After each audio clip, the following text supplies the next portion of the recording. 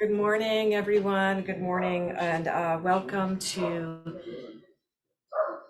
the Institute for Spiritual Development in Oneonta. We are here live. We have some people here in our Lotus Center headquarters, and we have a lot of people on Zoom this morning. And our homily this morning is going to be presented by Ashok Malhotra, and Dr. Malhotra is an emeritus distinguished teaching professor of philosophy at SUNY Oneonta, author of many, many books, and founder of the Ninash Foundation, whose mission is to promote education and build schools for children in India. And he was also my philosophy professor, a very popular professor, when I was in college at SUNY Oneonta, and I'm not going to tell you how long ago that is. No clues. Okay, so you can come and. Okay. Yeah. Thank you, Diana. Yes. For inviting me. Yeah, it's delighted to have you. Yeah. And so, okay, now I grew up in a family of 15 people. Mind-boggling, yes. 11 of us were children, headed by illiterate father, illiterate mother, grandfather and grandmother. Grandmother was illiterate also. Only the grandfather had 10th grade education. But he worked for the Indian Railway, which used to be called British Railway. It used to be called British Railway. And 5 o'clock or 6 o'clock in the evening, when he came home, he was a short guy, a short man, but a big turban, which was 6 inches turban. And he would come back and he would take the turban off and put it on a peg. And then he will have his own chair, which was made of cane. It was called Muda. And he sat down and he had a bubble hookah pipe. And we have to make that hookah pipe. And he took a couple of soot, or we used to call it sootas. And after that, his eyes will pop out because of tobacco there. And he will start telling us stories. He had traveled all over what is now called West Pakistan. He started in Kandahar, Khost, all the way in Pakistan. Those days, it was part of India.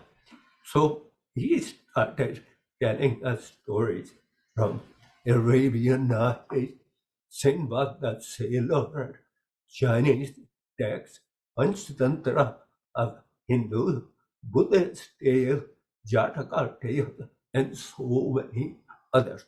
He had read the Bible. He was educated only up to high school, but he spoke 6 languages fluently: Hindi, Urdu, Punjabi, Pashto, which is spoken Afghanistan, and Persian, which is spoken in Iran, and of course, English. So he told us 250 stories from all over the world.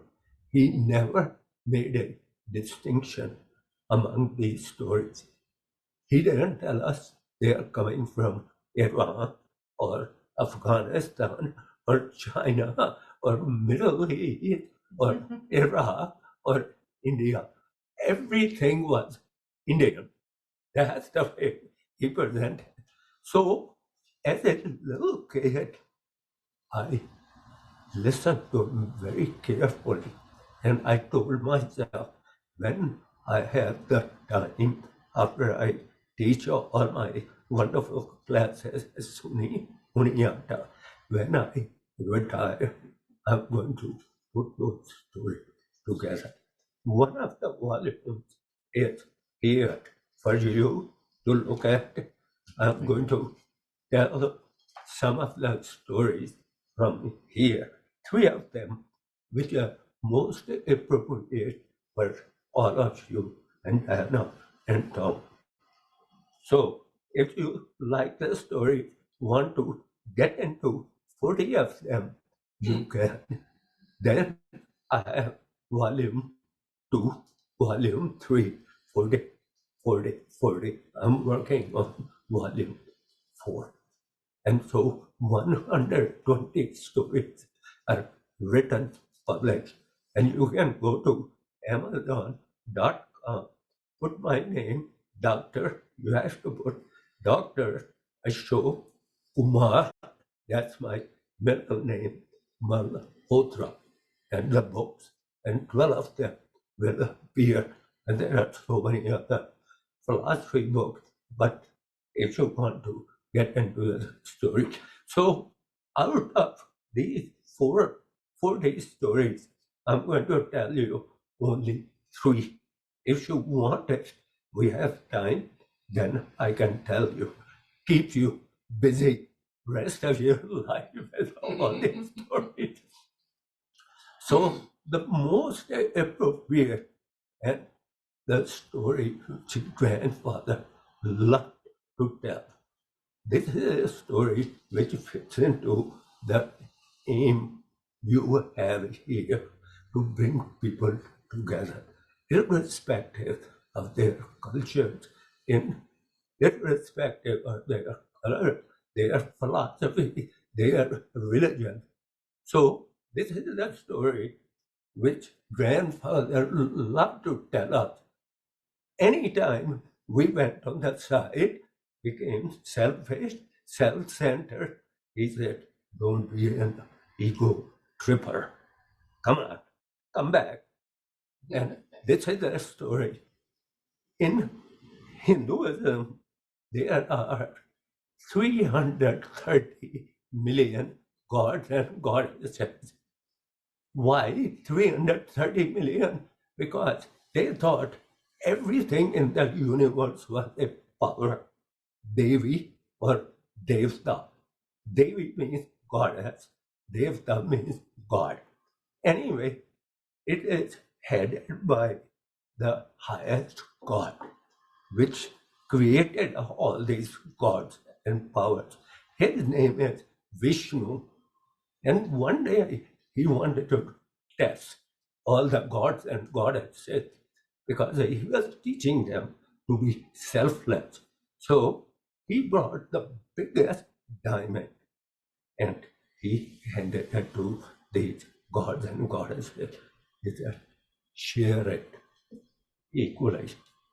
But the moment the first god or goddess held it, he said, oh, I want to keep it. It's so beautiful. I don't want to give it to you, or you, or you, or you, or you. I want to keep it. Other said, let me look at it. Snatched the diamond away. And that person wanted to keep it. And the third one, and they started fighting with each other. They wanted to hold the diamond. So what happened? The diamond slipped from their hands and they were up in heaven. And the diamond came to this earth, shattered into 8 billion pieces. Each became a human being. So the story is that the moral is each one of us is a diamond, but only a piece. We belong to the biggest diamond. That's our souls. Okay, so that was one. And we said, okay, I'm not going to be selfish. I'm going to be selfless. Okay, I'll be careful. I am compassionate. I'll show my love. And grandfather will say, You have to remember that. And the second story, which changed my life, I heard it when I was 6 years old. I had just gone to school, first grade. We didn't have any kindergarten, nursery. First grade was that's why I got my birthday on April 1st. My father didn't know. There were so many kids in the family. When he took me to the school to register me, and the teacher said, or the headmaster said, when was he born? He said, what is the date today? He said, April 1st. Oh, 6 years ago, he was born. My father didn't know. So I'm stuck with April 1.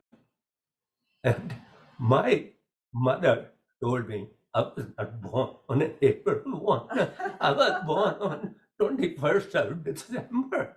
So I have two birthdays. Am I lucky? Anyway, so the first grade, they started teaching us a different language called Urdu, which is coming from Arabic and Persian. It's written from right to left, not like English left to right. So anyway, there were books and many books, but this book had nothing but poems. And the first poem was Nightingale and Firefly. I still remember it in Urdu, but I'm not going to tell you, oh, that door open. I'm sorry. Your door. The front door just blew open. Animals can come in. Okay. So the story goes this way. There is a nightingale. She had two babies, and she left them in the nest and started going to find food for them. And it couldn't find any food. And it kept on flying to look for food because the babies were hungry. And all day, evening dawned, and she had not found any food. So she sits down on the branch of a tree. That's where the poem starts. In Urdu, it goes like this. I'll just recite 4 lines from Urdu. टहनी पे दरख्त की अकेला बुलबुल था कोई उदास बैठा आंखों से टपक रहे थे आंसू कहता था हाय अब क्या करूं क्या. So, and it keeps going. What it says is, on the branch of a tree sat a nightingale, very sad. Its eyes were full of tears, and it was crying and lamenting that all day it was flying around to find the food, couldn't find the food. Now it was getting very dark. Sun had gone down and darker and darker, and she started worrying about the kids. I have 2 kids. They're sitting in the nest. They would be frightened of darkness. They could fall off. Somebody could injure them. And while she was feeling totally helpless and darkness was descending, she sees their light of hope. And they were like firefly which flew. And listen to the whole pathetic tale of this nightingale. And she said to the nightingale, I know you feel hopeless. You want to be reconciled with your babies. This is the only light you have. I am your only hope. Follow me. And the nightingale followed the firefly, and nightingale was reconciled with her 2 babies, and she told them, two babies, never forget the kindness which this wonderful firefly expressed. So when I go to India, and we have 7 schools for female children and also untouchable children. They are called Dalit. And I tell them this story in, of course, Urdu. And I translate that story. I said, you have tiny hands, but even tiny hands can help others. You can build a Taj Mahal. You can help whosoever is in need. And anyway, that became compassion for me. That's why we started building schools, because 50% of the female children had never gone to school and they lived in remote villages. So we started the Ninaj Foundation, and through that we raised money. I keep on writing books, and 100% of whatever money we make from this book goes to Ninaj Foundation, teachers' salary, equipment in the library, computers, and so forth. I'll tell you the third story. Every story is very instructive. And the second story, even though you are small, your hands are small, but you can accomplish miracles. And those 7 schools in India, they were created from our kitchen table at 17 Sector 3. I took 300 students from Suniyoniyata 25 different times to build those schools. I went back to India 40 times, 25 times with students to build these schools. And these female children are doing an amazing job. When I saw them 26 years ago, I was the first one to hand a pencil or pen or a notebook. And now, after all these years, some of them are 30, 31. One of them is the television anchor woman. And she has 5 million followers. And now she is educating herself, master's, and then her goal is to PhD, then to own a television station herself. Anyway, so next story, I was given only 15 to 20 minutes. Next story is about, okay, a few minutes.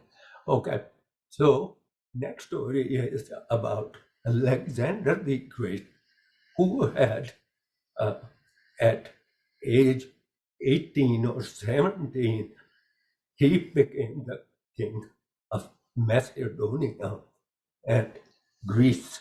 And he had decided he's going to conquer the rest of the world and teach them Greek, one language, and there will be intermarriages so that people will become one family. And so he conquered 12,000 miles of territory from Macedonia, Greece, to Turkey, to Syria, to Iran, Afghanistan. Finally, he ended up in India. He had a big battle he fought and he conquered. So after he conquered the area I come from, Punjab. Punjab means 5, Punch, Ab means water, 5 water.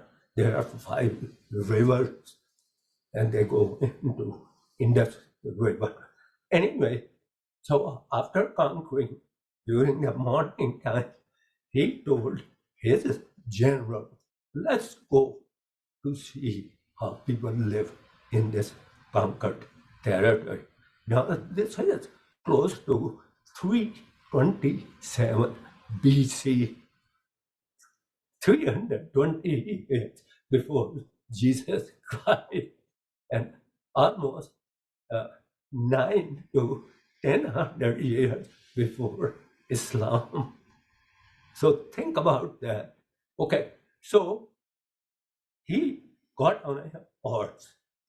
His general got on a horse, and they wanted to go see a Punjabi village. And as they went through, their horses went through, they see an old man. He is lying there, his turban on, lying on a cot, and he is relaxing. And little children come there and they say, Uncle, Uncle, tell us a story. And he told them a story, wonderful story. A woman of the community, before they were going to give food to their farmer husband or son, they stopped and said, what is your advice for the day? So he gave them some advice, nice advice. Anyway, so he is relaxing. Somebody brings him food and he eats the food. Somebody brings him a drink. Alexander, who is on his horse, tells his general, stop. And they stop their horses. Alexander said to his general, ask this guy, what does he do for living? So this general's name was Seleucus. So Seleucus asked the gentleman who was lying on the cot, this is the future king of India, Alexander the Great. He wants to know, what do you do for a living? And the man, Indian man, I use the term, Punjabi term, J-A-T, Jat. And he said, you sir, children come and I give them a story. Women come, I give them advice. They bring me food. And I just sit and relax. And he said, what do you do for a living? This Jat said, I told you already.